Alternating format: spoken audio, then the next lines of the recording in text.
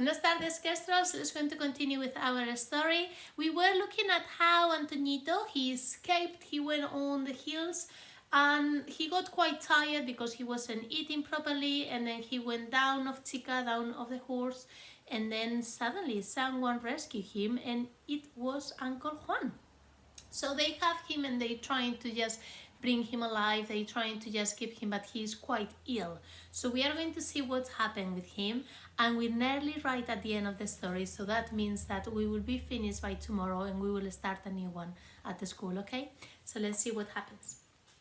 I soon discovered that Uncle Juan was universally regarded as our leader. I could see that everyone looked to him for constant reassurance and relied heavily on his strength of purpose and his unwavering optimism. Whenever he spoke, he inspired us and gave us hope. And hope was all we had. There may have been 50 people living up in the cave. Perhaps half were freedom fighters like Uncle Juan. The rest were refugees hiding out in the hills, terrified to return home for the fear of the soldiers or the police, the Guardia Civil. Food was scarce. We had only what was brought up to us at night from the villages or gleaned from the forest around. I didn't have to tell Uncle Juan about the bombarding of Sauceda. He knew about it. Anyone knew about it. But everyone knew about it, but there was no one else in the cave from Sauceda, and no word of any other survivors. I was the only one, and only I knew why that was. If I had not chosen the night to see Paco free, then I too would have been dead in the ruins of the farmhouse, or shot down trying to escape. The more I thought of it, and I thought of it almost constantly, the less I felt I had the right to be alive. I hadn't survived just by good luck, but because I hadn't been there. I'd been away committing a dreadful crime. I'd been releasing all Father's beloved bulls into the wild. His whole pride and joy, robbing him of his lifetime's work. When I cried now, it wasn't from hunger or grief, but from shame.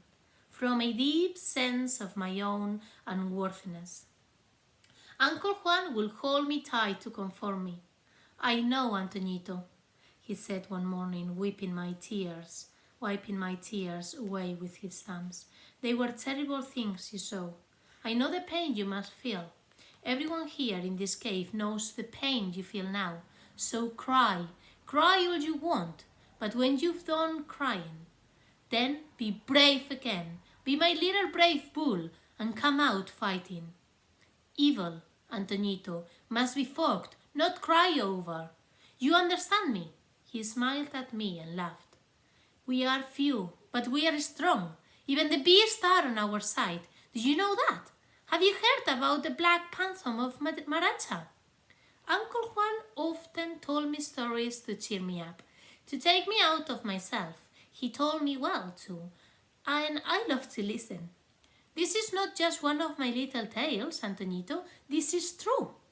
There are patrols out in the hills, soldiers, Guardia Civils looking for us. Don't you worry, Antonito. They won't catch us. We ambush them. We fight them. We send them running like the rabbits they are. But yesterday they sent out a patrol from Maracha, maybe 20 men from the Guardia Civil. They thought they saw something moving amongst the trees. They started shooting. Suddenly, out of the trees, he comes, the Black Phantom. You know what he is, the Black Phantom? I had no idea. A nobile, a young fighting bull. He came charging at them, and what did they do? They dropped their rifles and ran. What do you think? Who do you think that is that young Black Panther? I think that I know. But one of them didn't run fast enough and got himself tossed in the air like a pancake. Then the bull chased the others off, scattering them into the forest. When they turned to look, he had vanished like a phantom, a black phantom. They went searching for him, but it was as if he had never been there. Yet he had been there. There were hoof prints, the hoof prints of a young bull. What do you think of that, Antonito? I could think of nothing to say. I had so much to say. I was longing to tell him, but I could say nothing without confessing all I've done, without betraying myself. I knew even as he was telling me that it was Paco. It had to be Paco. Paco was alive. He was out there somewhere. He was looking for me. One day we will find each other again. I was sure of it now. After a while, because I had to say something, I said, "That bull, he must be the bravest bull in the whole world." "You are right, Antonito," Uncle Juan said. "And if he can be brave against all the odds, then so can I. So can you." The story of the Black Panther lifted our flagging spirits. Everyone knew about him by now.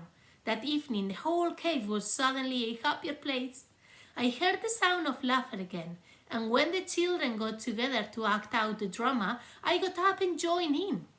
I was the Novile, the young bull. I was Paco. I pawed the ground like he did, tossed my head like he did, and charged around the cave. And they all screamed and ran away like rabbits, like the Guardia Civil in the forest of Maracha. But the fun and games were short-lived. Later that evening, there was the sound of shooting echoing about the hills. Danger was suddenly close again. Silent now, we huddled together in our fear. The next morning, Uncle Juan called everyone together. We all had to move deeper into the hills, he told us. The soldiers and the Guardia Civil were getting nearer each day. There had been fighting in the valley, and the soldiers were searching the forest. If we stayed where we were, we could be discovered. So began our long march, some of the most terrible days of my life, days I shall never forget.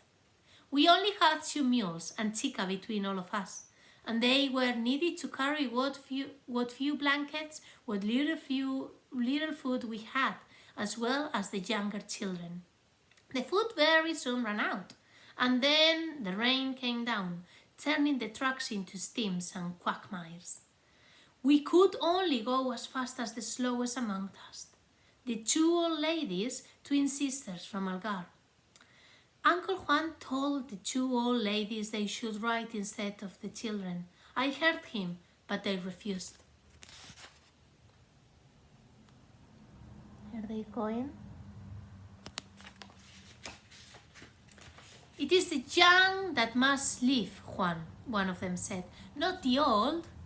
We have had our lives. We have our sticks." And so they walked, and we children took turns to ride. Sometimes I rode Chica.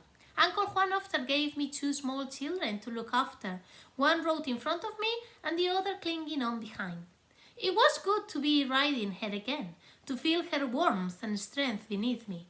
One morning, after yet another cold night in the open,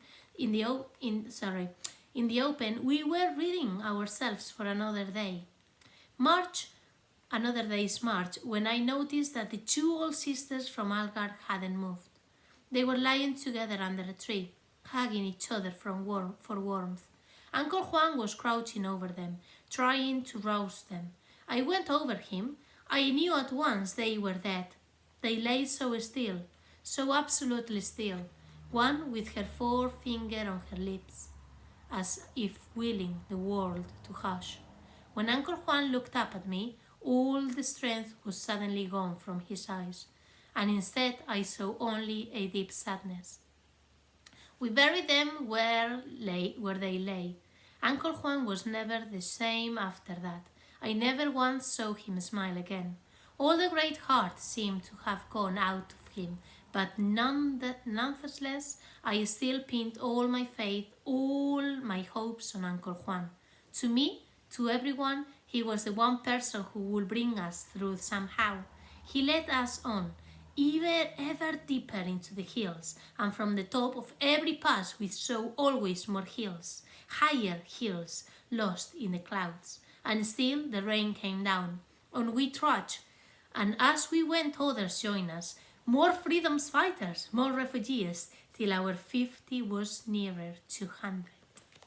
Okay, guys, so we are going to leave it there and we'll find more tomorrow. We will finish our story and we will see if at the end Paco and Antonito get together, or if unluckily the soldiers find them and then they end up with a worse fate. Okay, have a lovely evening, everyone. I will see you all tomorrow. Adios.